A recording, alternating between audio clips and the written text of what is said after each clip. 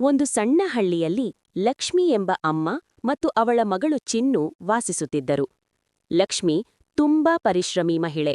ಅವಳು ದಿನವೂ ಹೊಲದಲ್ಲಿ ಕೆಲಸ ಮಾಡುತ್ತಿದ್ದಳು. ಚಿನ್ನು ಶಾಲೆಗೆ ಹೋಗುತ್ತಿದ್ದಳು. ಒಂದು ದಿನ ಚಿನ್ನು ಶಾಲೆಯಿಂದ ಅತ್ತುತ್ತಾ ಮನೆಗೆ ಬಂತು.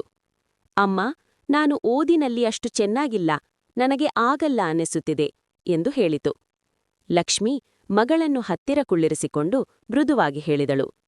ಮಗಳೇ, ಮರ ಒಂದೇ ದಿನದಲ್ಲಿ ದೊಡ್ಡದಾಗೋದಿಲ್ಲ. ದಿನದಿನಕ್ಕೂ ನೀರು ಹಾಕಿದ್ರೆ ಮಾತ್ರ ಅದು ಬೆಳೆದು ದೊಡ್ಡ ನೆರಳನ್ನು ಕೊಡುತ್ತದೆ.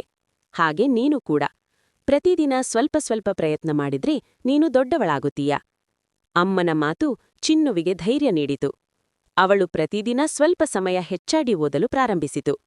ನಿಧಾನವಾಗಿ ಅವಳಿಗೆ ಆತ್ಮವಿಶ್ವಾಸ ಬೆಳೆದಿತು. ವರ್ಷಗಳ ನಂತರ ಚಿನ್ನು ಒಬ್ಬ ಶಿಕ್ಷಕಿಯಾಗಿದ್ದಳು. ಒಂದು ದಿನ ಅವಳು ವಿದ್ಯಾರ್ಥಿಗಳಿಗೆ ಹೇಳಿದಳು, ನನ್ನ ಜೀವನದ ದೊಡ್ಡ ಗುರು ನನ್ನ ಅಮ್ಮ. ಅಮ್ಮನ ಪ್ರೀತಿ ಮತ್ತು ಮಾತು ಜೀವನವನ್ನೇ ಬದಲಾಯಿಸಬಹುದು ಎಂಬುದನ್ನು ಚಿನ್ನು ಅರಿತುಕೊಂಡಳು.